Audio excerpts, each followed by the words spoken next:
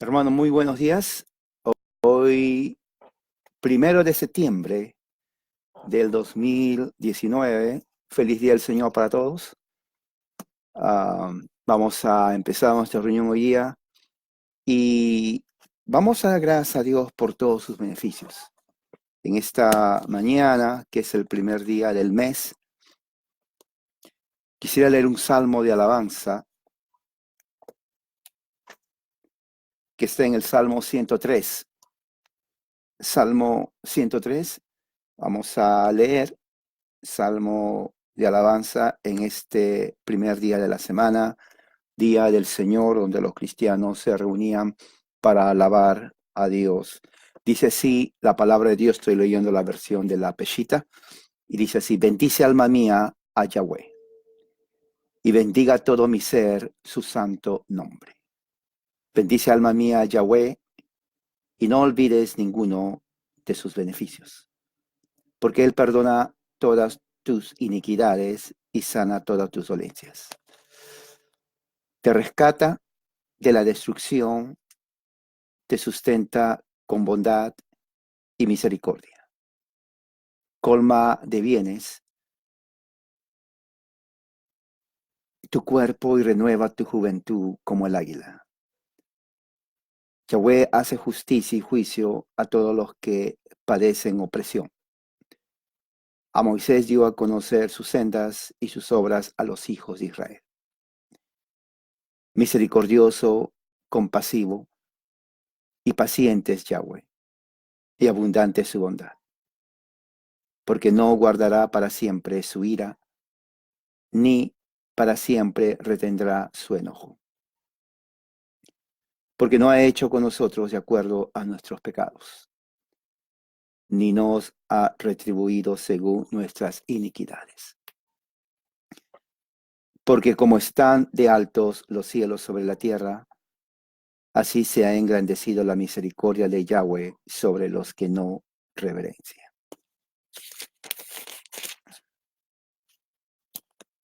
Como está de lejos el oriente del occidente, así alejó de nosotros nuestras iniquidades, tal como un padre se compadece de sus hijos. Así Yahweh se compadece de los que lo reverencian, porque Él conoce nuestra condición. Él recuerda que somos polvo, así como la hierba son los días del hombre, y como las flores del campo, así brota. Porque cuando el viento va soplado sobre ellas, dejan de ser, y ni siquiera se sabe su lugar.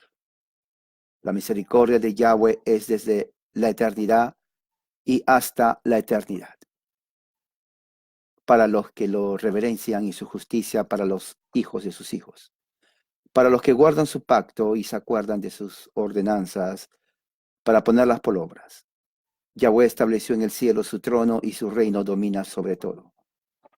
Bendigan a Yahweh ustedes sus ángeles, que son poderosos en fortaleza y ejecutan sus órdenes. Bendigan a Yahweh todos sus ejércitos, siervos suyos que hacen su voluntad. Bendigan a Yahweh todas sus obras, pues su dominio es sobre toda la tierra. Bendice, alma mía, al Yahweh, al Señor. Bien, entonces así vamos a hacer una oración. De esta manera vamos a continuar y pasar a nuestro estudio del día de hoy y del Señor. Oremos. Padre Celestial, gracias Señor. Venimos en el nombre de nuestro Señor Jesucristo, en este momento a través de este medio de la internet. En este día que es tu día, primer día de la semana donde tú estableciste para que los cristianos nos reunamos a adorar tu nombre. Bendice a tus hijos, que en todas partes del mundo donde se reúnen, invocando tu nombre, que tú pongas espíritu de sabiduría en la boca de los ministros, obispos que tú levantaste para predicar tu palabra. Y que también prepares la mente y corazón de todos los millones de cristianos, hijos tuyos, que se reúnen en distintas partes del mundo para adorar tu nombre. Señor, tú conoces quiénes son los tuyos y quiénes no. No sabemos. No sabemos de aquellos que se llaman cristianos que no lo son. Así como la parábola dice del trigo y la cizaña. Al final de la cosecha tú vas a separar el trigo, los verdaderos cristianos, de la cizaña, los falsos cristianos. Señor, que podamos ser el trigo y no la cizaña.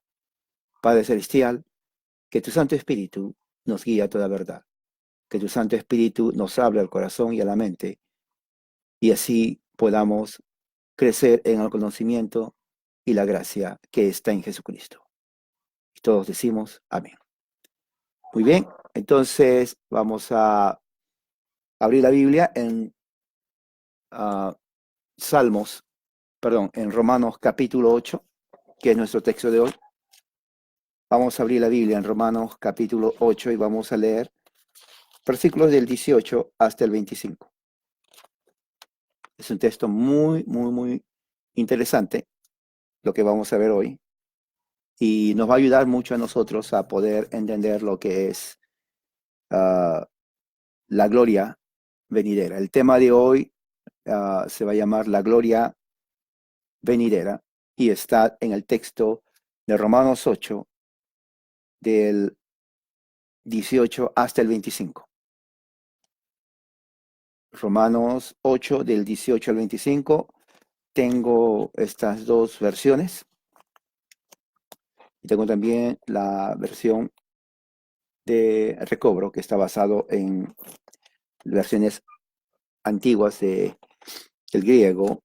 Y estuve leyendo y excelente, muy excelente. Voy a tener las dos versiones a la mano. Aquí está. Marcando. Y también, claro, tengo la internet, la Reina Valera, que es el texto que la mayoría tiene, y también el Biblia de las Américas, para seguir estudiando. Muy bien, entonces leamos Romanos 8, del 18 al 25. Voy a usar esta versión. Usted me sigue con su versión que tiene delante de usted. Así dice la palabra de Dios. Pues tengo por cierto que los padecimientos del tiempo presente no son dignos de compararse con la gloria venidera que nosotros ha de revelarse. Porque la creación observa ansiosamente, aguardando con anhelo la manifestación de los hijos de Dios. Porque la creación fue sujeta a vanidad, no por su propia voluntad, sino por causa del que la sujetó. Con la esperanza de que también la creación misma sea libertada de la esclavitud de corrupción, a la libertad de la gloria de los hijos de Dios. Porque sabemos que toda la creación gime a una, y aún está con dolores de parto hasta ahora.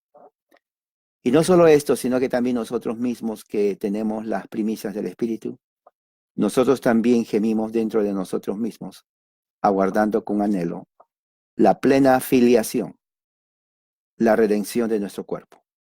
Porque en esperanza fuimos salvos, pero la esperanza que se ve no es esperanza. Porque ¿quién espera lo que ya ve? Pero si esperamos lo que no vemos, con perseverancia y anhelo, lo aguardamos. Esta es palabra de Dios, y vamos a entonces a leer y estudiar, pasando entonces de lleno a nuestro estudio. ¿Cómo entendemos este pasaje? Bueno, para entender, vayamos un texto arriba, el 17 al 17. Dice el 16, Romanos 16, el Espíritu mismo, hablando del Espíritu Santo, da testimonio, declara a nuestro espíritu, de nosotros humanos, de que somos hijos de Dios. Esto es muy importante desde el punto de vista teológico. Donde en un cristianismo donde existen cantidad de denominaciones y sectas, y cada una reclama para sí mismo la genuinidad, la autoridad de ser los verdaderos hijos de Dios. Pablo dice aquí en el versículo 16 que el Espíritu Santo da testimonio, o sea, actúa. Y sabemos que el Espíritu Santo es el Espíritu de Dios. Pablo lo dice así: Espíritu de Dios y Espíritu de Cristo. O sea, es el mismo Espíritu. Habla a nuestro espíritu Cuando dice testimonio es importante porque usa la palabra griega marturía, de donde viene la palabra mártir. O sea, alguien que testifica de alguien que vio. O sea, el Espíritu Santo está diciendo a nosotros de lo que Él sabe porque es Dios. O sea, nos está dando a conocer la revelación de Jesucristo, prácticamente el Espíritu Santo, a nuestro espíritu. Entonces, cuando sucede eso, el Espíritu Santo nos está diciendo, ustedes son hijos de Dios, en forma individual. O sea, hay un testimonio genuino de que somos hijos adoptivos. Y dice el versículo 17, y si somos hijos, también somos herederos. Claro, ¿por qué dice herederos? Porque Pablo está hablando, está teniendo en mente el concepto pactual de Abraham. Recuerda que dije siempre, siempre lo he dicho, teología del pacto empieza con Abraham. Entonces, Pablo tiene en mente la teología pactal con Abraham.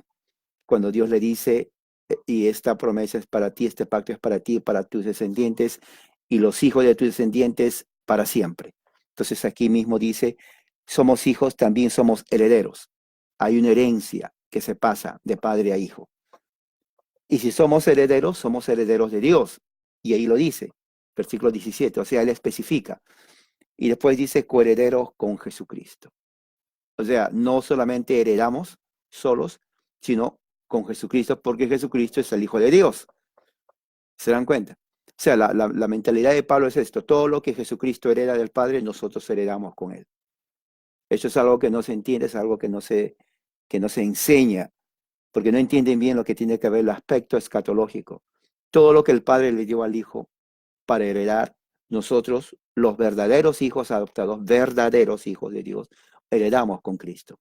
Ahí lo dice, coherederos con Jesucristo, para que, para que si somos afligidos con Él, si sufrimos con Cristo por su nombre, también seamos glorificados juntamente con Él. O sea, no solamente somos coherederos, sino también somos glorificados juntamente con Él.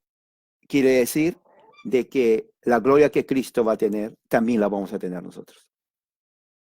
Dice ahí, glorificados juntamente con Él. O sea, Pablo tiene en mente toda una escatología total, y ese solo versículo 17 nos ayuda a nosotros a entender lo que significa nuestra salvación. Ahora, fíjese, de ahí va al versículo 18. Ahora, el versículo 18 es importante porque Pablo cambia la temática de este texto. Hasta el 17 habla acerca de nuestra relación escatológica al final de los siglos. Pero en el 18 dice pero o por qué. Vamos a ver cómo dice aquí. En el 18 dice pues. Entonces, esa conjunción es una conjunción, diríamos, tiene que ver con razón. A partir del 18 en adelante, Pablo nos da la razón por qué dijo lo que dijo en el versículo 17 para arriba. Porque empieza con una conjunción que ofrece la razón de lo que dijo. Dice, ¿por qué? O pues. Vamos a ver qué dicen las otras versiones. La Valera en el 18 dice, pues, exacto. La Biblia de las Américas dice también, pues, esa conjunción, pues, o sea, es de razón. Trata de darnos la base por lo que dijo en el 17 y 16. Aquí, en esta versión dice, pero, y la versión de la Peshitta dice, ¿por qué? Prácticamente, la razón que dice eso es porque en la conjunción en el griego, esa conjunción es una conjunción que ofrece razón de lo que dijo antes. Entonces, bien importante, porque aquí nos va a decir entonces todo lo que estamos estudiando, lo que vamos a estudiar hoy. Esto es lo que dice. Dice, ¿por qué pues, o pues, considero que las aflicciones del tiempo actual, fíjese, esas aflicciones son las mismas que hay en el versículo 17. O sea, lo que Pablo está diciendo aquí, en el versículo 18 en adelante, basado en el 17, es muy importante que leamos. En el 17, subraye o marque la palabra afligidos, como lo dice la Reina Valera. En el 17, la Reina Valera dice padecer. Padecer es afligir, sufrir. Esa palabra subrayalo. Y en las Américas dice padecer, también lo mismo. En realidad es sufrir. Es pasar por un problema fuerte por causa de Cristo. Y cuando dice sufrir, es algo que causa estrés en el hombre. No sé si usted sufre por Cristo. Tal vez en esta parte de Latinoamérica todavía no se sufre como la idea que Pablo tiene aquí. La idea de Pablo aquí es sufrir por Cristo. ¿Ok? Si usted y yo estamos aquí sentados bien en la casa, tal vez no estamos sufriendo lo que la idea tiene, no, tal vez no entendemos lo que Pablo quiere decir cuando dice padecer o sufrir por Cristo. Eso es terrible en el sentido humano. No lo vamos a entender en este momento. Pero los que están entendiendo lo que es sufrir por Cristo, diríamos, son los cristianos que están en los países islámicos, ¿no? En países ateos como en Corea del Norte, ¿no? En todos esos lugares donde hay un estado de represión política, donde hay persecución cristiana, entonces ellos están sufriendo por causa de Cristo. Interesante, porque Pablo está pasando justamente lo mismo, sufriendo por causa de Cristo, cuando escribe esta carta que está él en Corinto a la iglesia en Roma. Recuerde que junto a él hay varios cristianos, entre ellos la famosa Febe, la primera mujer diaconisa que Pablo la menciona, una mujer de buen carácter, leal a Pablo, a la iglesia de Dios, leal a, a la expansión del reino de Cristo y que al mismo tiempo se presta para traer la carta que Pablo escribe desde Corinto a la iglesia en Roma. Entonces, en ese entonces ya empezaban las persecuciones, judíos primeramente persiguiendo a los cristianos en todas partes del imperio, querían matar a Pablo y hacen luego un pacto, una alianza con Nerón. Entonces Nerón empieza la primera persecución cristiana en todo el imperio romano. Por eso Juan lo llama la bestia. Juan lo llama la bestia. Y dentro de su reinado, entonces, donde muchos cristianos mueren sacrificados. Entonces, toda esa situación Pablo tenía en mente y dice en el versículo 17, por eso, para que si somos afligidos con él, o sea, si sufrimos y padecemos con él, seamos glorificados. Ahora, la palabra padecer en el 18 lo explica, porque dice, ya que dijo afligidos o padecer en el 17, dice, porque considero, dice Pablo, que las aflicciones o los padecimientos del tiempo actual, ahora está hablando del tiempo donde él está viviendo. Pablo escribe esa carta muy cerca ya al año 60 para entrar, esta carta a los romanos, y recuerde que ya habían pasado unos 20 años después que Jesucristo ascendió y ya el evangelio se había esparcido por todas partes del mundo romano. Por eso dice en Romanos 1:16, si ustedes van a Romanos, está en el eh, Romanos 1:8, perdón, Romanos 1:8 dice, doy gracias primero a Dios por todos ustedes, por medio de Jesucristo. Y aquí miren, escuchen, porque por todo el mundo se ha escuchado la fe de ustedes. Ahora, ¿qué significa cuando Pablo dice porque por todo el mundo se ha escuchado la fe de ustedes? Estamos hablando en el año más o menos 58, más o menos por ahí donde Pablo, 55, 58, donde Pablo, es antes del año 60, cuando Pablo escribe esta carta. Y dice ya en ese tiempo que la fe de ellos se esparció por todo el mundo. Ahora, uno puede entender literalmente, bueno, el mundo, o sea que se fue al África, se fue a la China, se fue a la India. No se está refiriendo a eso, se está refiriendo al mundo del Imperio Romano. Es muy interesante porque muchos malentienden esa parte. Cuando Pablo dice la fe se manifestó en todo el mundo, se está hablando del mundo del Imperio Romano. ¿Ok?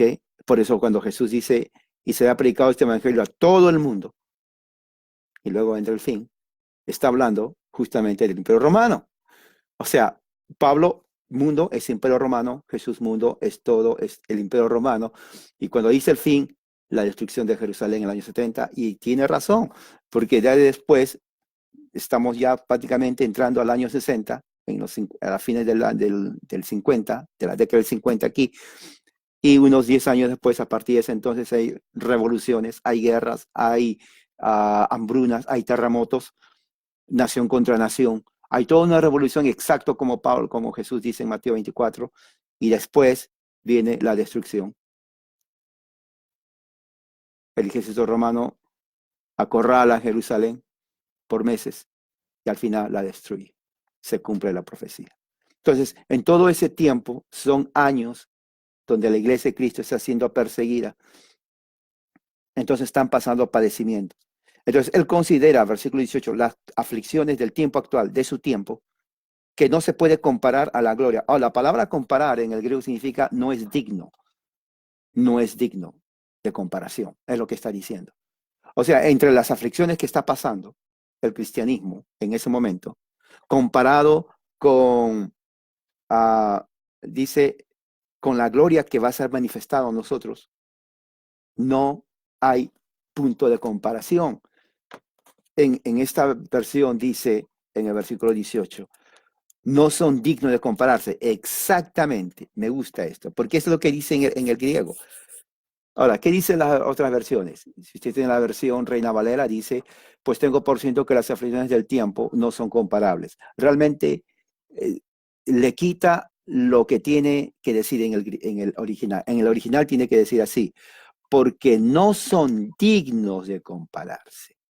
No son dignos de compararse con la gloria venidera que en nosotros ha de revelarse. ¿Qué dice las Américas? Dice, no son dignos. Las Américas lo traduce muy bien. No son dignos. Entonces, porque eso dice en el original. En el original, cuando Pablo dice esta palabra, está diciendo, si comparamos las aflicciones de hoy que estamos pasando por causa de Cristo, lo comparamos con la gloria que va a venir, entonces no es digno de compararse. En otras palabras, no tenemos ni que quejarnos. Ahora, fíjese, ¿cuál es la enseñanza aquí? Rápidamente. Bueno, la enseñanza está justamente en que Pablo está diciendo, sea cual sea lo que usted está pasando, no es nada de compararse, no es nada de sentirse mal, no es nada de preocuparse, al contrario, todo sufrimiento, y fíjese, estamos hablando de sufrimiento físico, persecución física. Pablo dice, todas esas persecuciones no se comparen nada a la gloria que va a venir. Ahora, dice aquí, en el versículo 18, con la gloria que venidera. Ahora, la palabra venidera, vamos a ver cómo dice en la Reina Valera. Dice gloria venidera también, y dice en las Américas, gloria que nos ha de ser revelada. Me gusta la traducción de las Américas, porque la palabra venidera no existe en el original. No existe. Entonces la pregunta es, ¿por qué entonces ponen venidera? Porque están traduciendo palabras en el griego, en este caso la Valera, para dar a entender lo que Pablo quiere dar a entender. Pero en realidad lo que está diciendo es la gloria que va a ser revelada. Entonces, como está hablando de una acción que va a suceder en el futuro porque va a ser revelada, entonces lo traducen en la Reina Valera y otra versión, déjame ver cómo dice aquí, dice con la gloria venidera, venidera, ok, también lo traduce así. Y la razón que lo traducen es porque dicen que va a venir, porque está en el futuro. En el griego es con la gloria que va a ser, en vez de venidera. La gloria venidera que se va a revelar.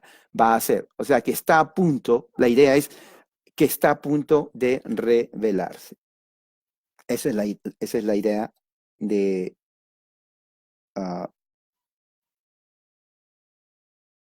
de Pablo, y si lea de Pablo, en cuanto a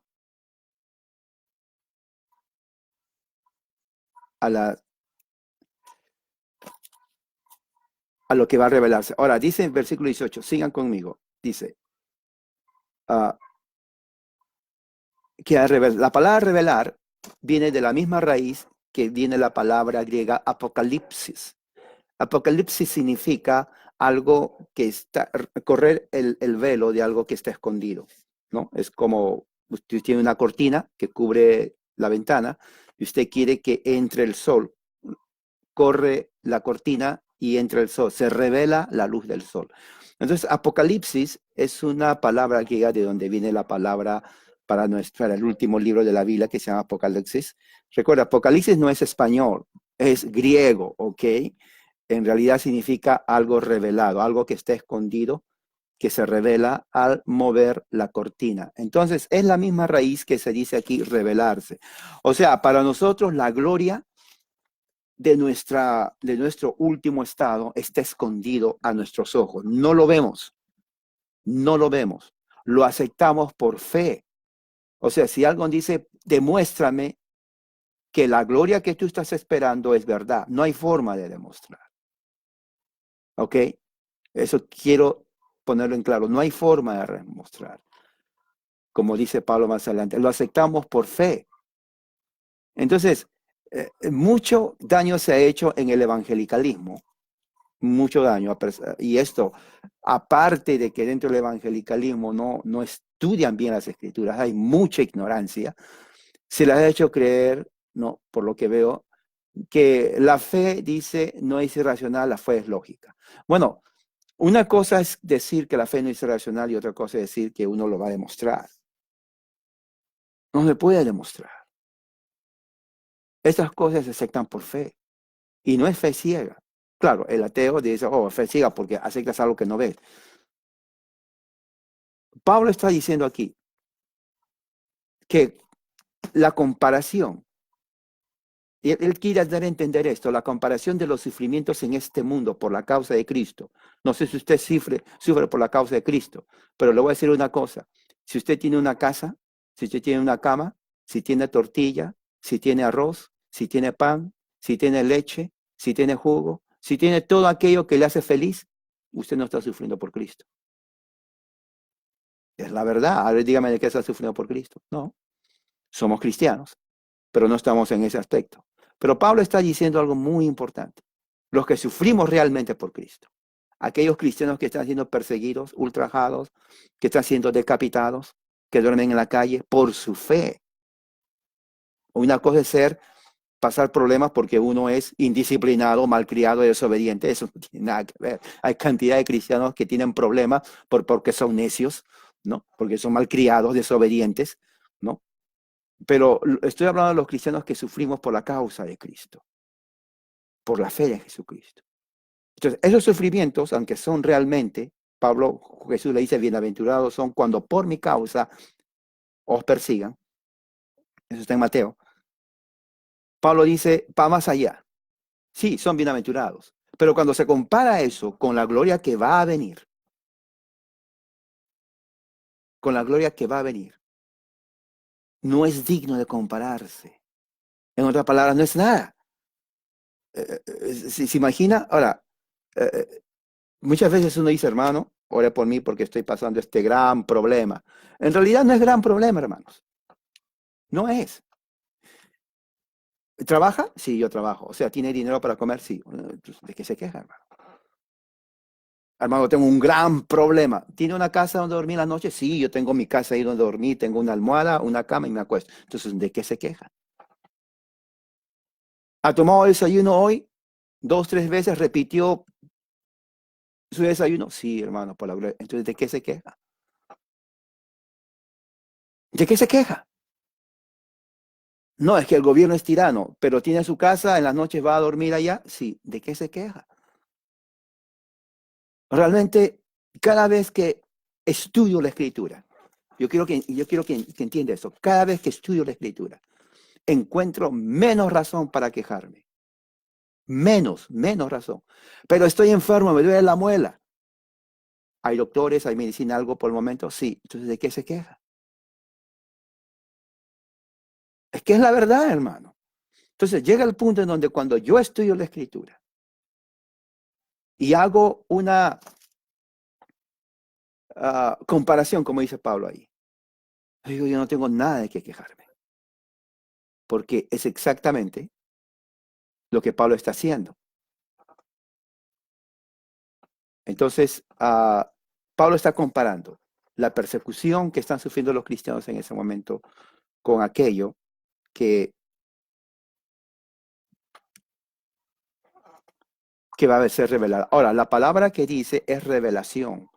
Cuando alguien dice cuándo se va a revelar lo que vamos a hacer. Entonces lo que Pablo está diciendo es que está escondido a nuestros ojos. Cuando la gloria de Dios se revele, está escondido en este momento. Lo vamos a conocer cuando se revele. No hay fecha, no hay año, no hay hora, ¿no? Veo en Facebook que una persona que tiene problemas mentales, ha escrito que hoy día es el arrebatamiento. Primeramente, esa teoría no es bíblica. Segundo, le están dando mucho, pierden su tiempo burlándose de ellos. Son cosas que unos no tienen ni siquiera que ponerse, porque bueno, se burlan, hacen chistes, es una payasada. Pero el punto está, tenemos que tomar en serio eso, hermanos. Cuando a usted le preguntan, ¿cuál es su esperanza? Pablo dice más adelante, la esperanza no se ve, porque si se ve, entonces ya no es esperanza. Es como decir, bueno, yo estoy esperando una botella de agua, pero aquí lo tienes. Entonces ya no es esperanza, porque lo tengo conmigo. Ya no espero nada. A diferencia de que alguien dice, estoy esperando una botella de agua. Yo sé que va a venir. Bueno, ¿no lo tiene? Bueno, sí, está esperando. Entonces, la gloria se va a revelar, se va a correr la cortina. Cuando se corre la cortina, entonces se va a revelar, ¿ves? La gloria de Dios. Entonces, cuando se revela la gloria de Dios, uno va a ver que lo que uno está sufriendo no es absolutamente nada. Es como voy a decir, lo voy a poner este ejemplo. El sufrimiento más grande que usted pueda tener, no sé cuál es. Dígame un sufrimiento en este momento, pero antes que me diga su sufrimiento y preocupación, piense si tiene casa, si tiene comida, si tiene un trabajo y si no tiene alguien en su casa de trabajo, pero no se muere de hambre. Si tiene todo eso, después dígame si está sufriendo. Ahora, no estoy refiriendo a que no tiene que sufrir, sino que si usted tiene todo eso y no vive en la calle y no come migajas o basura de la calle y come comida sana, limpia, que usted cocina, entonces, ¿de qué tiene de qué preocuparse o estar enojada? Que el familiar es inconverso. Siempre hubo inconverso. Póngale las manos de Dios. Usted no es Dios. Que mi familiar me trata mal. Siempre hay alguien en la casa. Siempre, más de uno en la familia, que le falta algo. A algunos le falta más. Siempre. Toda familia tiene aquellos que de alguna manera están mal. ¿Pero cómo? ¿Tengo mi casa? Lo que quiero decir son cosas de ser humano. Son el que no tiene eso o está muerto o realmente está mal de la cabeza. Porque todo ser humano normal tiene problemas. Estoy hablando de problemas que no tienen que ver con la fe. Son problemas en el trabajo. Me miran mal. El jefe no me quiere. O yo no le quiero al jefe. O son injustas. Siempre va a haber problemas. En la casa, el hijo, o a veces el esposo o la esposa, o la hija, o los padres. En la escuela también, en el barrio, los vecindarios, que ese vecino es un sinvergüenza, pone la música a alto volumen, no puedo dormir para nada. En todas partes, porque es parte del ser humano, de la vida de uno. Pero cuando se sufre por Cristo, la situación cambia. Sufrir por Cristo. Estoy hablando del que te odia porque eres cristiano. Hay mucha gente donde no les gusta que eres cristiano. Pero sufrir significa que van a tu casa, te arrastran, destruyen todo, te torturan, te violan, te golpean y te matan. Si hay alguien que está pasando esto ahorita, quiero saber quién es. Realmente. Por eso dije, cada vez que yo estudio las Escrituras, encuentro ninguna razón para quejarme. Ahora, si nosotros que no estamos sufriendo por Cristo, no tenemos por qué quejarnos. Pablo dice que los que sufren por Cristo, cuando comparan con la gloria que se va a revelar, que va a aparecer, pues tampoco tienen, no es digno de que tampoco se estén quejando. ¿Entiende? O sea, nosotros somos el último de los que podemos quejarnos. O sea, nada, nada. Es la verdad. Pues si los que son perseguidos, según Pablo, no es nada comparado con la gloria que va a venir. Interesante, ¿eh? Es algo que tenemos que meditar. Bueno, eso es lo que está diciendo Pablo, ¿no? Eso es lo que está diciendo Pablo. ¿Qué más dice Pablo? Dice en el versículo 19. ¿Por qué? ¿Por qué? Ahora, la palabra ¿por qué? Es una conjunción de razón. Pablo ahora en el 19 explica por qué dijo en el versículo 18. Una cosa muy importante. Cada vez que Pablo escribe sus cartas, y esto lo he dicho muchas veces, Pablo siempre usa las conjunciones de explicación. Lo que dice en un texto lo expande en el que sigue. Y lo que dijo en ese texto lo expande en el que sigue. Luego, una palabra o frase que dice en ese texto, una palabra, como la palabra que usa de padecer o sufrir, lo expande en el segundo texto. Entonces, ese es el problema cuando se lee las cartas de Pablo. Uno no entiende, uno cree que entiende, pero no es lo que quiere decir. Porque Pablo tiene en mente algo totalmente diferente. Pablo es como que juega con el idioma griego, póngalo así. Pablo juega con el idioma griego, utilizando todas las variaciones en cuanto a la estructura del lenguaje griego, que tiene que ver con una oración, con la sintaxis, con la gramática, ¿no? Que tiene que ver con el orden de las palabras, con el verbo, con las conjunciones, con las preposiciones, con las oraciones, con las frases. Entonces, todo eso Pablo lo hace porque él tiene en mente que los que están leyéndolo conocen. Entonces, él no se para a decir, bueno, uso esta conjunción como yo lo estoy haciendo. La razón que lo hago es porque quiero que entiendan el verdadero sentido de lo que Pablo está hablando. No quiero interpretarlo, sino lo que Pablo está diciendo. Por eso siempre digo, y lo vuelvo a repetir, hermanos, o los que me están escuchando, no diga amén cuando alguien pone solamente una frase cuando está fuera de su contexto.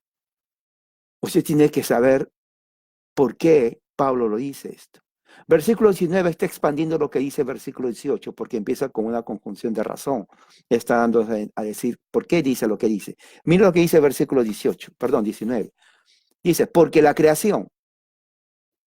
Ahora, bien interesante, porque aquí entra otra palabra que no está anteriormente, creación. Creación es un sustantivo. En el griego la palabra creación significa aquello que se forma, que se hace de la nada, como se dice ex nihilo, o sea, de la nada, de la nada. Entonces está hablando de algo que es creado de la nada. Primera vez en ese versículo 19 que Pablo introduce ese tema. ¿Por qué la creación? Ahora, bien interesante porque Pablo aquí entonces está utilizando un término, un concepto que no escribe antes, para explicar lo que dice en el versículo 18 acerca de la revelación, de la gloria que va a ser revelada en nosotros, los cristianos, los verdaderos cristianos. El trigo, no en la cizaña. ¿Ok? Recuerde, en la iglesia de Cristo hay trigo y cizaña. Usted y yo no sabemos quiénes son. ¿Ok? La trigo y la cizaña crecen juntos, cantan juntos al Señor, oran juntos al Señor, llevan la Biblia, se dan la mano, se abrazan, hermano, hermana. Uno le dice a la cizaña, hermano, hermana, porque no sabe qué es cizaña. Es así, así es y así va a ser. Jesús lo dice en su parábola. Al final de la cosecha van a ver todos los que pensábamos que eran trigos, pues son cizaña. Usted se va a quedar, pero yo pensaba que era trigo. Bueno, no, nunca fue trigo, fue cizaña. Entonces, cuando dice aquí que la gloria de Dios se va a hacer revelada en sus hijos, está hablando en el trigo, no en la cizaña. ¿Ok? Muy bien. Entonces, Pablo dice, porque la creación. Aquí explica lo que está hablando en el versículo 18. ¿Usted quiere entender el versículo 18? 19. Porque la creación observa. Está hablando de observar, ¿no? Porque la creación observa. Vamos a ver qué dice en la Reina Valera y América. Dice, porque el anhelo ardiente de la creación es el aguardar la manifestación de los hijos de Dios, dice la Valera. ¿Qué dice las Américas? Porque el anhelo profundo de la creación es aguardar ansiosamente la revelación, casi parecido. Pero, ¿qué dice esta versión? Dice así, porque la creación observa. ansiosamente, aguardando con anhelo la manifestación de los hijos de Dios. Ahora, si se dan cuenta, aquí usa la palabra observar. ¿Qué dice aquí la peshita? Bien, dice así. Porque la creación está confiada y expectante. Me gusta eso, porque es exactamente lo que dice, transmite la idea del original. ¿Se dan cuenta por qué tengo yo cantidad de versiones? Versículo 19 dice, porque la creación está confiada y expectante. La creación. Ahora, en mis notas dice, porque la creación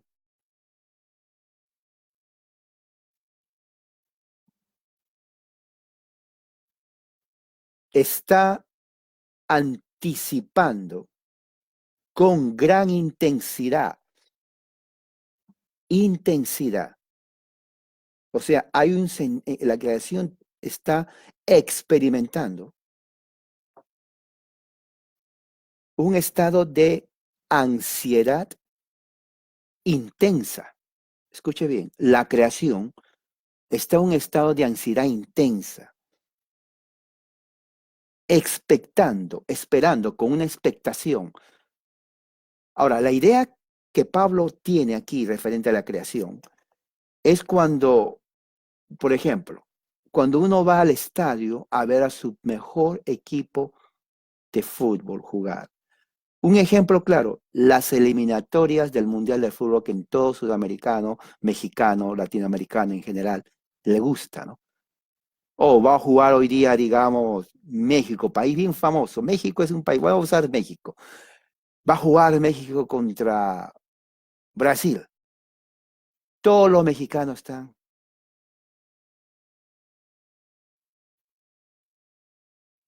no, no, no, ahorita va a jugar. Están pero pendientes con la expectativa de que salga el equipo a jugar en la cancha. Y cuando salen se alegran, yeah, qué bueno. Y la segunda expectativa es, pues tienen que meter goles, porque si no pierde, pues de nada valió la expectativa. Dos expectativas, mirar al equipo de fútbol en la cancha y segundo, pues que gane, que meta goles, ¿no? Entonces, ese sentido de expectativa, porque está con una intención, o sea, no le hace caso a nadie, ni al perro le da de comer por mirar el fútbol. Esa sensación de intensidad es lo que Pablo dice que la creación tiene en este momento. La creación está con una expectativa intensa, intensa, anticipando, fíjese, la manifestación. La palabra manifestar, aquí dice, versículo 20, perdón, 19, manifestación, que dice la Reina Valera, manifestación, todo es manifestar. Muy bien. La palabra manifestación realmente es revelación, igual que la palabra apocalipsis. Apocalipsis, ya dije, significa revelar, correr la cortina y revelar lo que está detrás de la cortina. Entonces, usa la misma palabra que usa la revelación de la gloria que se va a revelar en nosotros.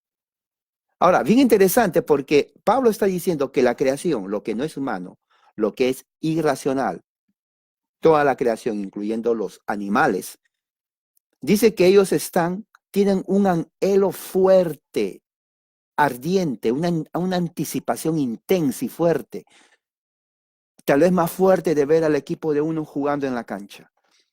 Dice que están anticipando ya que llegue, que se revele, Apocalipsis, que se revele la gloria de Dios en los cristianos, en los hijos de Dios. La creación está hablando de todo lo creado. Y eso me viene en mente lo que está pasando en la quemazón, que los incendios en Sudamérica, aparte de Brasil, Bolivia y otros lugares. ¿Cómo se entiende eso de que la creación está anhelando? Pues Pablo tiene en mente Génesis capítulo 1 al 3, cuando Dios crea la naturaleza. Y en el sexto día Dios crea al hombre, la humanidad. Y cuando Adán desobedece a Dios al quebrantar su ley, al comer del árbol prohibido, entonces él trae consigo todo esa desobediencia, el castigo de la desobediencia sobre él, sobre la humanidad y sobre la naturaleza. Porque no solamente él muere, sino que todos sabemos en el aspecto de la biología que es un ciclo de nacer, de caer y muerte. Y eso sucede con la vegetación y eso sucede con los animales. El animal envejece. Los que tenemos animales saben, el animal envejece. Un perro en 10 años ya está viejo y a veces ya están teniendo las mismas enfermedades que uno tiene. Uno de los perros que tuve yo desarrolló cáncer mamario. Tuve que llevar al veterinario, le hicieron 2 operaciones, le removieron el cáncer, pero después ya, usted sabe, envejece.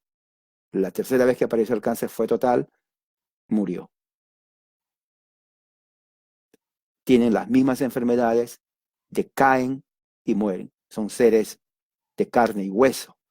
Por eso el hebreo dice, son alma. El perro, el animal, ya sea de cualquier especie, es un alma. Así lo dice el hebreo. Son almas vivientes. No tienen espíritu, pero son almas vivientes. Entonces, toda esa creación ha sido sujeta. Bien interesante, porque dice que la creación, Pablo está personificando a la creación, porque dice que ellos tienen un ardiente deseo fuerte, intenso, de ver la revelación, de los hijos de Dios. Ahora, la pregunta es, ¿cómo se entiende? Bueno, Pablo no explica cómo en el 19, pero lo que se está diciendo es que como tratar de entender, darnos a entender, que la creación misma tiene conciencia de que va a haber una revelación, se va a descubrir, se va a revelar la manifestación gloriosa de los hijos de Dios. Y la naturaleza está esperando eso. Interesante. Es lo que está diciendo el texto. Está esperando ansiosamente y fuerte que se revele la gloria, la glorificación en los hijos de Dios. Ahora, ahí no queda eso. En el versículo 21, si vamos más adelante, no, perdón, el versículo 20 dice, otra vez, otra conjunción de razón. ¿Por qué? Aquí explica el versículo 19. ¿Por qué? ¿Se dan cuenta, como le dije, cómo Pablo va explicando un texto, otro texto, otro texto, otro texto? Aquí explica, ¿por qué sucede eso? Porque la creación fue sujetada a vanidad, no por su propia voluntad, sino por causa del que la sujetó. ¿Qué está hablando? Bueno, Pablo tiene en mente la caída de Adán. Cuando cae Adán, trae la muerte sobre todos y eso afecta también a la creación. Entonces, el contexto teológico de lo que Pablo está hablando en el versículo 20 es la creación, Génesis capítulo 3. Génesis capítulo 3. Y después dice esto, que a raíz de eso, dice en el versículo 20, que la creación fue sujeta, ¿no? Quiere decir fue subordinada a la fuerza. Fue subordinada a la fuerza. Fue esclavizada, en otras palabras. Fue esclavizada para que obedezca a alguien. Bueno, ese alguien es Dios. Pero fíjese lo que dice, la creación a raíz de la caída fue sujetada también. ¿Pero fue sujetada a qué? Fue sujetada al vacío, a la irrealidad, a la falta de propósito, a la ineficacia, a la inestabilidad, a la fragilidad, a la religión falsa. Eso significa la palabra vanidad. Lo que traduce aquí la Reina Valera, ¿no? Es lo que dice la Reina Valera. Dice fue a la vanidad y la otra también dice a vanidad. En realidad la palabra vanidad viene de la palabra griega que significa algo ineficaz, algo que no sirve. Significa falta de propósito, perdió su propósito. Significa algo que no es real, algo que está vacío, algo que no tiene nada, algo que no es eficaz, que no es efectivo, algo que es frágil, y no fuerte, y tiene que ver con la idolatría.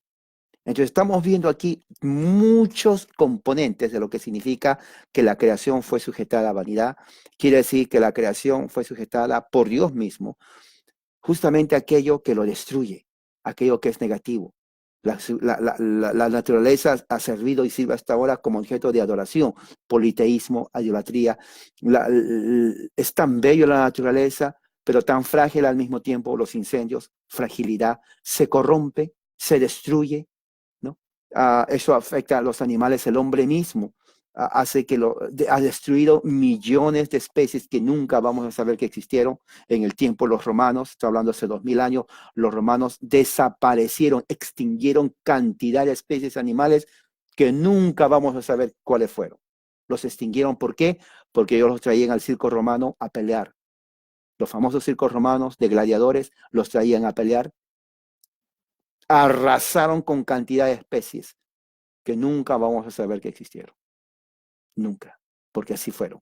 Entonces vemos cómo la caída del hombre no solamente trajo miseria a la humanidad, sino trajo miseria a la naturaleza.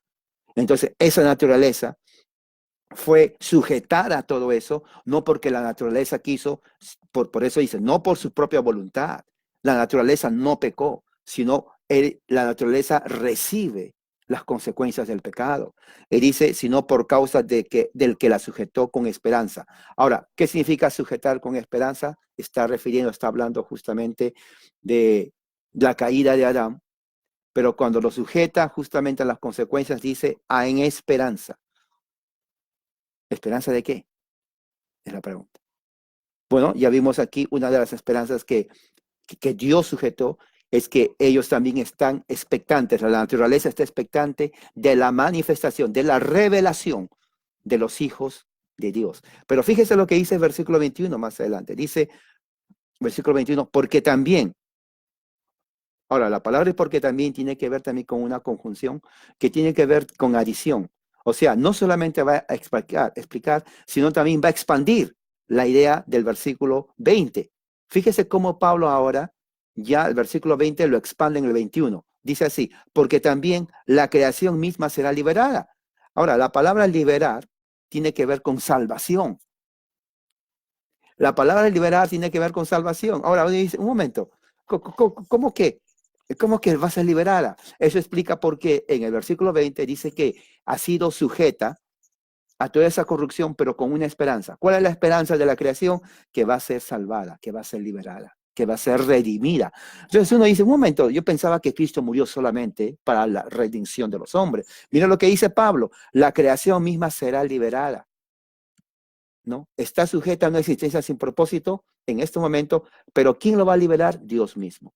Entonces estamos viendo que inclusive el sacrificio de Cristo en la cruz del Calvario como propiciación para su pueblo, para expiación de los pecados de su pueblo, tiene ramificaciones cósmicas y universales que afectan a la creación. Aquí lo está diciendo Pablo, yo no lo estoy diciendo. Fíjese lo que dice el versículo 21. Dice, la creación será misma liberada. ¿Quién va a liberar la creación? Dios. ¿Cuándo? Y aquí mismo, de la esclavitud de corrupción. Quiere decir que la creación se encuentra en este momento en un estado de corrupción. Y todos sabemos eso desde el punto de vista biológico. Es cierto, la creación está en este momento bajo corrupción, ¿no? La creación está en este momento en un estado de destrucción, de decadencia, de podredumbre, de descomposición. Entonces, eso es lo que estamos viendo en este momento. Uh,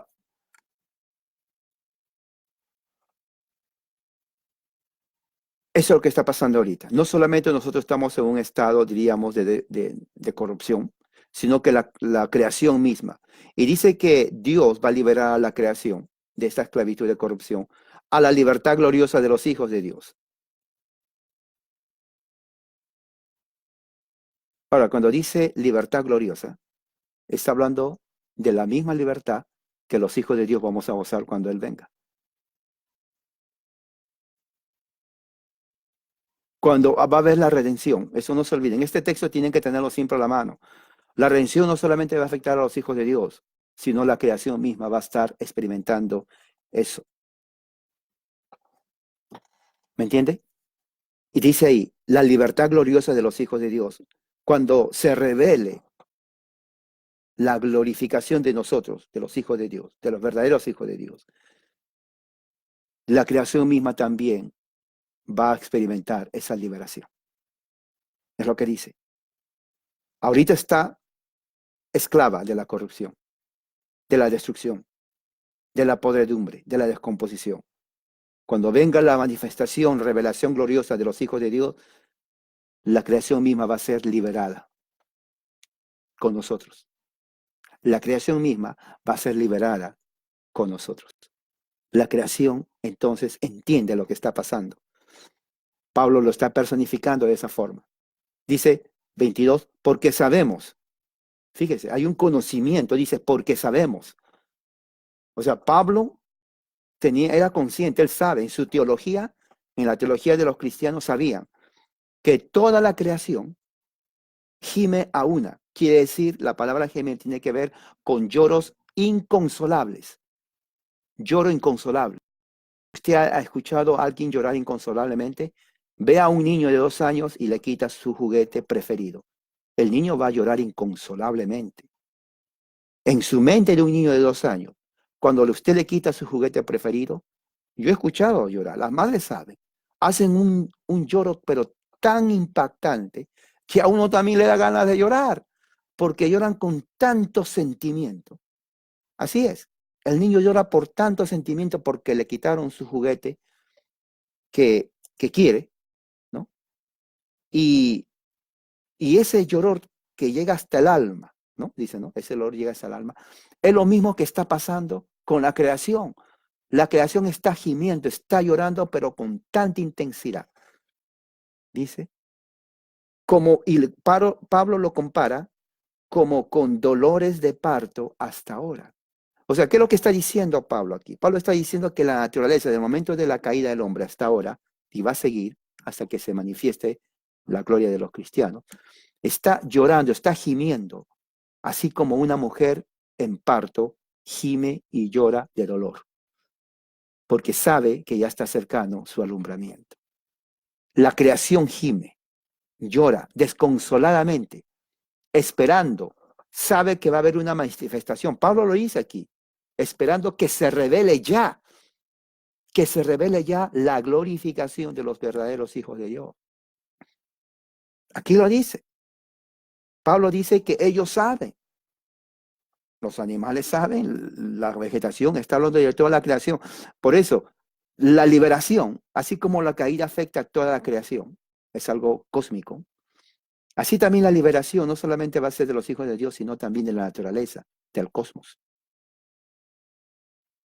Es interesante cómo Pablo está desarrollando esta escatología.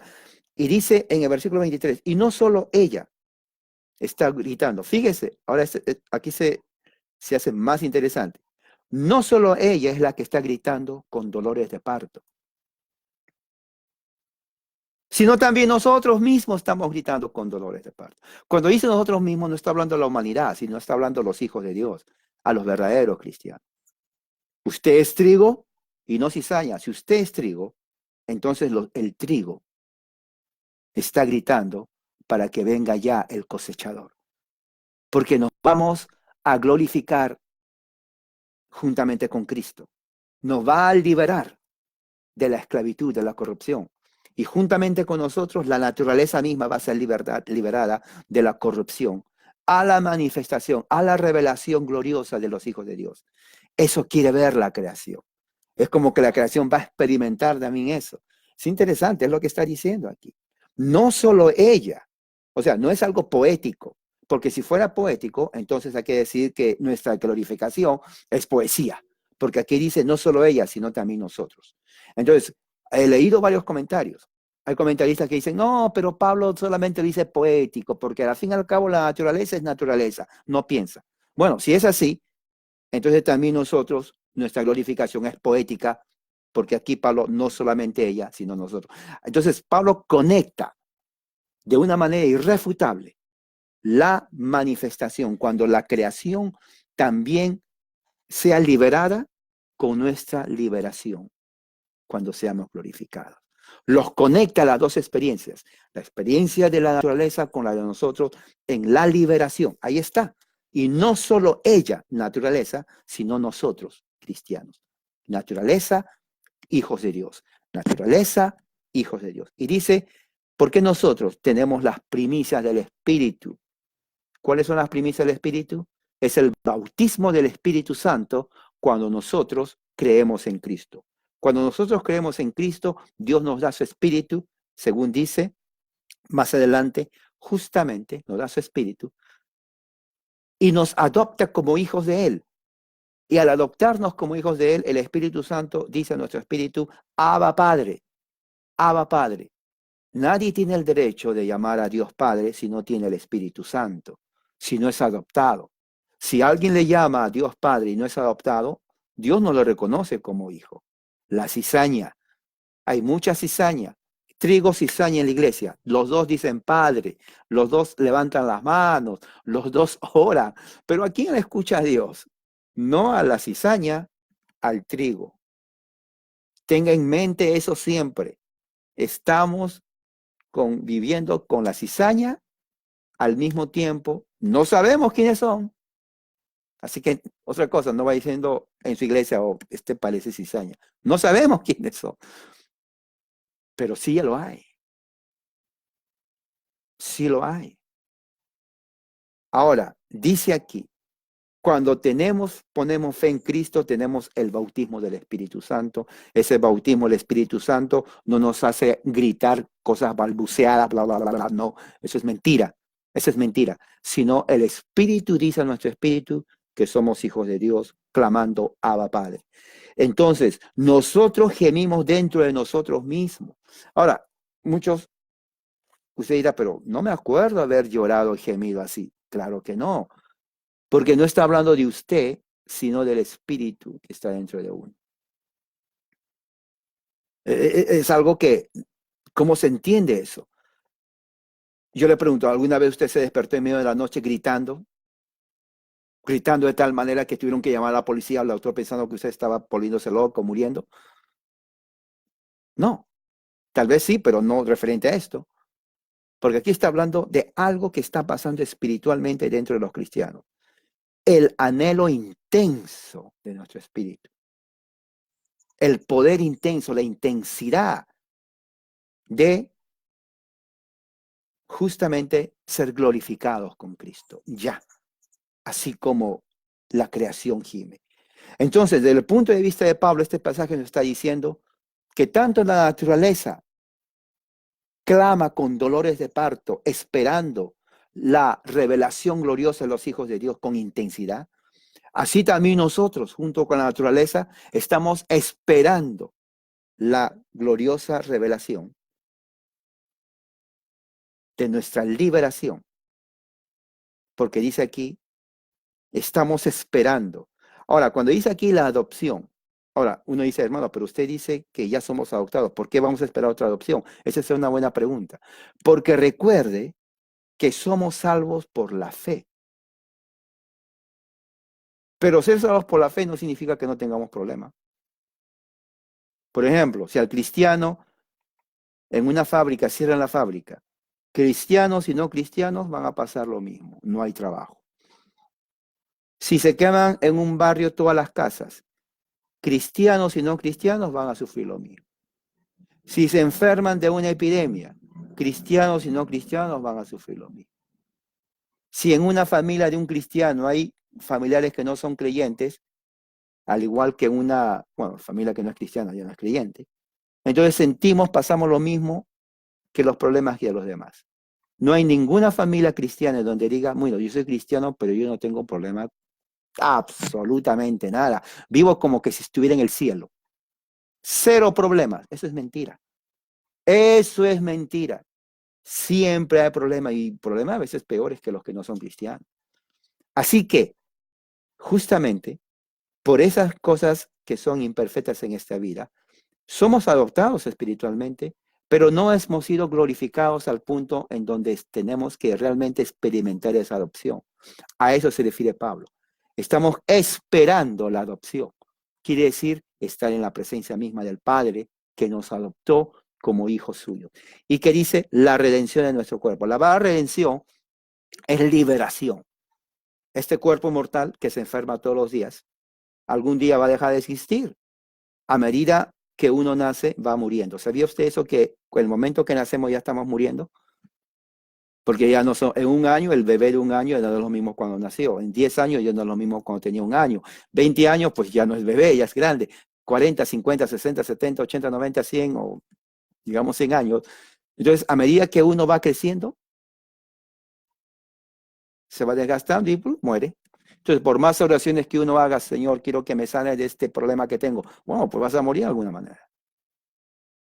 En algún momento se va a morir uno. Y generalmente todos morimos de un ataque al corazón, porque eso es derrame cerebral. El punto está en que va a haber un tiempo cuando se manifiesta la gloria que se va a revelar en nosotros, que este cuerpo de muerte físico se va a liberar. Vamos a ser libres de este cuerpo corrupto. Corrupto en el sentido de que se está corrompiendo, se está enfermando. Cada parte de nuestro órgano está fallando en alguna otra manera, en unos más, en unos menos, pero eventualmente va a ser así. Por eso escucho mucha gente, muchos amigos y hermanos me dicen, oh, yo no quiero llegar a viejo porque no quiero que esté ahí dando pena, que no puedo caminar, que no puedo mirar, que me duele el riñón, el hígado, el pie, las orejas y un montón de cosas. O me muero ya sano o no me muero. Bueno, nadie puede llegar a ese punto, pero lo cierto está en que el cuerpo decae. Entonces, Pablo tiene en mente eso, la corrupción del cuerpo, el decaimiento del cuerpo, la fragilidad de nuestro sistema se está decayendo. Entonces, tenemos nosotros, los cristianos, las primicias del Espíritu, que es el bautismo del Espíritu, y justamente nosotros somos esos que estamos esperando también la manifestación, la manifestación de la esperanza. Y dice el versículo 24, porque en esperanza fuimos salvos.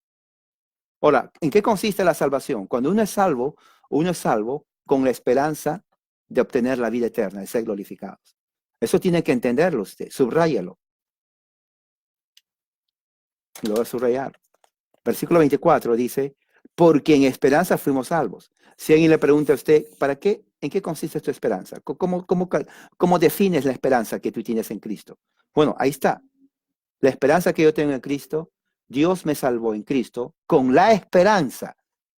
Por eso muchos evangélicos no entienden. Dicen, bueno, si eres salvo en Cristo, ¿por qué tienes problemas? Porque no entienden la teología de Pablo.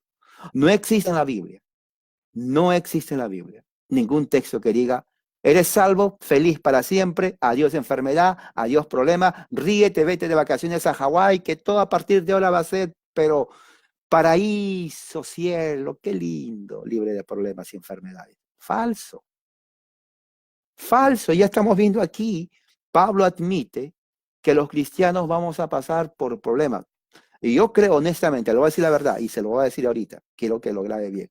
Nosotros que vivimos en esta parte del continente, México, Centro y Sudamérica, y Estados Unidos, Canadá, somos los cristianos más engreídos que hay en todo el cristianismo.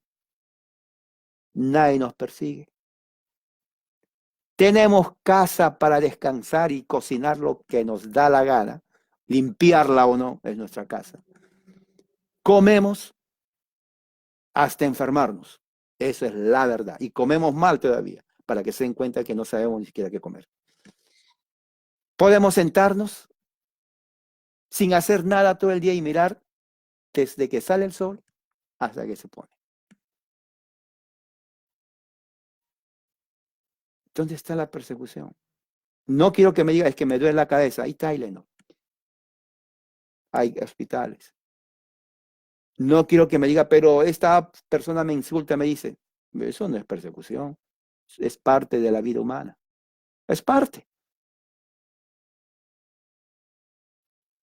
No hay por qué, sinceramente, yo no veo ninguna razón para desesperarse. No lo hay. No hay que no hay que dramatizar lo que realmente no lo es.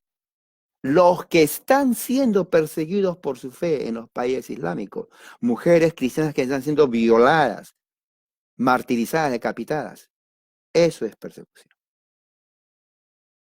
Si usted no sufre eso, calladita, humíllese a Dios, dele gracias a Dios. Y no sea engreída, no sea engreído. Porque eso es lo más malagradecido que el cristiano puede ser. Que estando en abundancia y tranquilidad, se ponga engreído o engreída. Eso demuestra que su carácter de cristiano no ha crecido y que al mismo tiempo es malagradecido a Dios. Gracias, Señor, que no soy perseguido. Gracias que no viene la policía en este momento a mi casa, me cierra la computadora, me quita las computadoras, me lleva preso. Gracias a Dios. Gracias que tengo esto que tiene agua. Otra gente vive, toma agua cochina, porque no lo hay, porque son cristianos.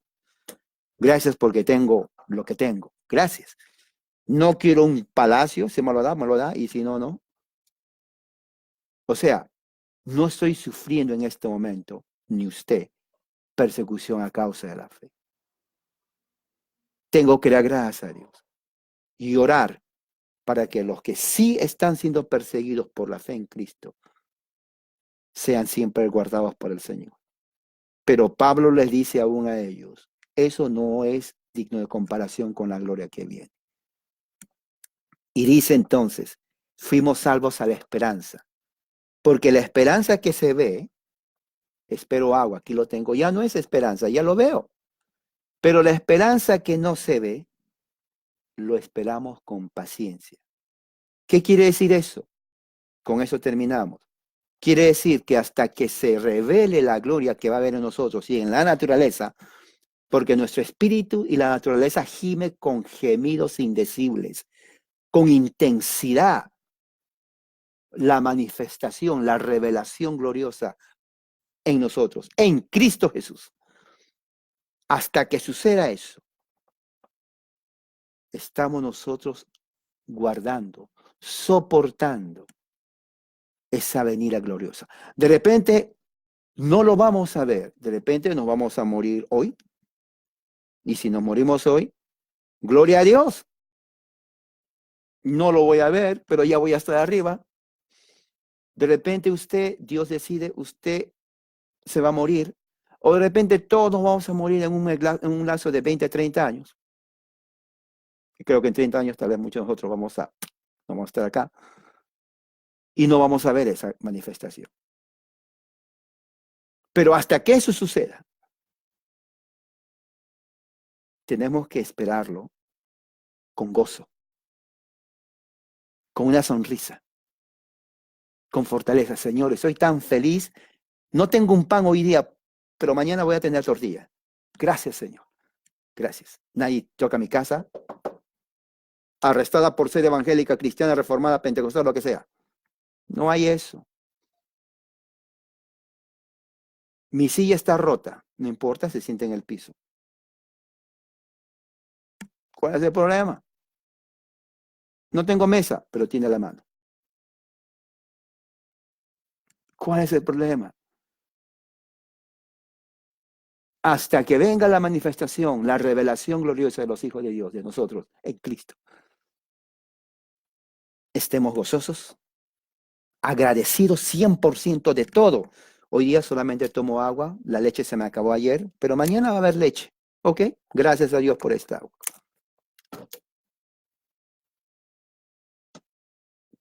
Nomás tengo una almohada, no necesita dos, una es suficiente. Dele las gracias. Gente que vive con una piedra en la calle, bajo el puente. Me siento mal, nomás tengo 3 pares de zapatos, me falta un cuarto. Eso es un chiste, pero eso sucede. ¿Y te dan cuenta qué engreídos y maleducados, malcriados todavía somos nosotros los cristianos en esta parte? Y cuando digo gozo, esperar con gozo, pero esperar con gozo cuando nos va mal todo. Eso es, por eso estoy diciendo esto. Me corrieron del trabajo, gloria a Dios. Yo sigo esperando en Cristo. Me dieron un trabajo, pero me pagan menos. Gloria a Dios también, porque al menos es trabajo.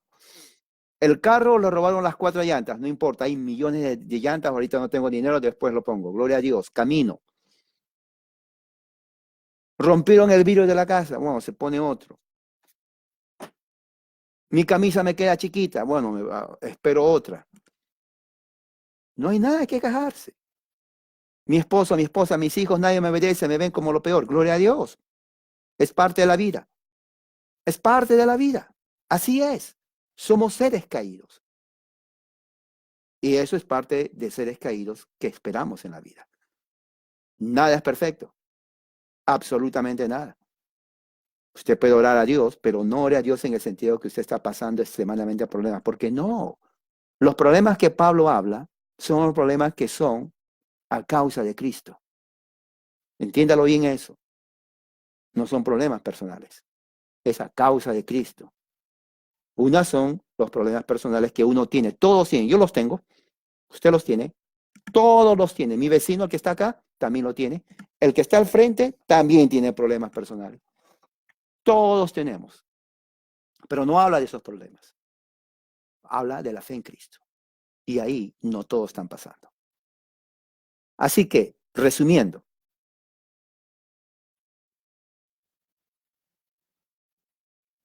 dice así.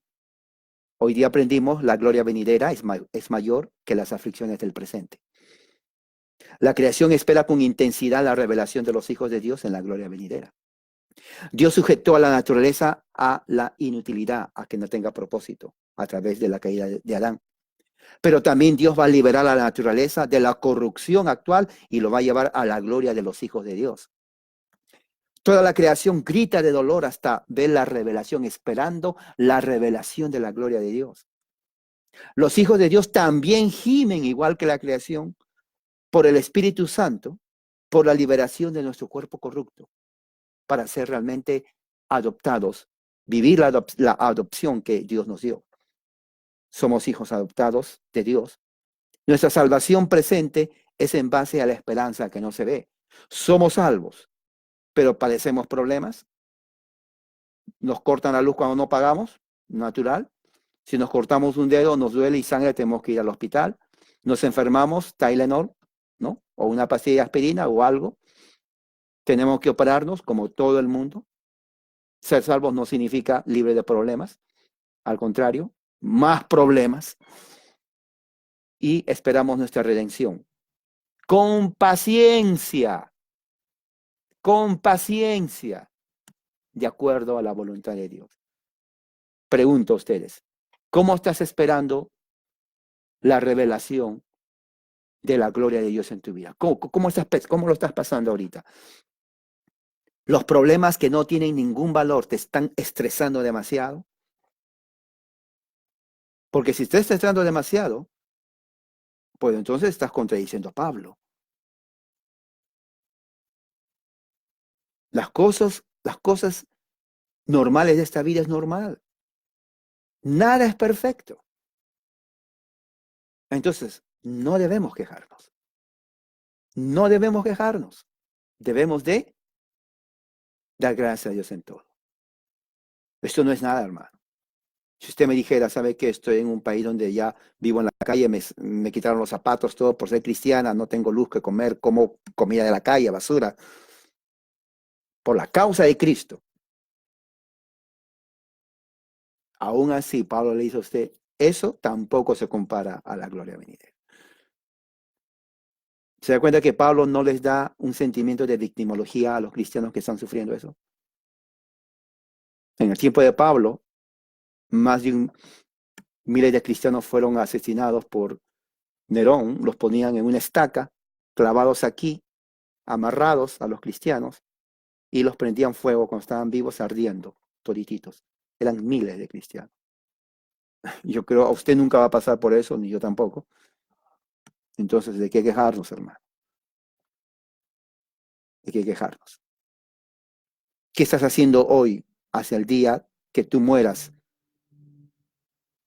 Hasta el día que tú mueras, esperando la glorificación de los hijos de Dios. ¿Qué estás haciendo hoy? ¿Cómo lo esperas? ¿Qué haces? Pregúntate tú mismo, mírate al espejo. y respóndete. ¿Estoy siendo un engreído y una engreída? ¿Un malcriado o malcriada? ¿O realmente estoy tomando en serio lo que dice la Biblia? No quiero ser cizaña, quiero ser trigo. Asegúrese que usted no sea la cizaña. Y gócese en nuestra esperanza, que no lo vemos. Así dice Pablo. Si lo vemos, no es esperanza. No vemos nuestra esperanza. Pero va a venir, porque lo esperamos con paciencia. Oremos. Padre Celestial, gracias por tu amor y misericordia. Que tu palabra nos haya hecho recapacitar nuestra situación de cristiano y que ese mensaje haya llegado a la mente y corazón de los que están escuchando. Padre Santo, que tu Santo Espíritu nos guíe a toda verdad. Que tu Santo Espíritu hable en nuestra mente, corazón, nos prepare y nos haga dignos, Padre, de estar en tu presencia, dejando de lado todo aquello que no sirve, pero más bien concentrándonos en aquello que sirve y que es digno de tu reino. Así oro en el nombre de nuestro Señor Jesucristo, ahora y siempre. Amén. Hermanos, que la gracia y la paz en este día del Señor sea con todos ustedes, ahora y siempre. Amén. Y que al mismo tiempo empleen este día completo en su palabra, haciendo obras dignos de la fe.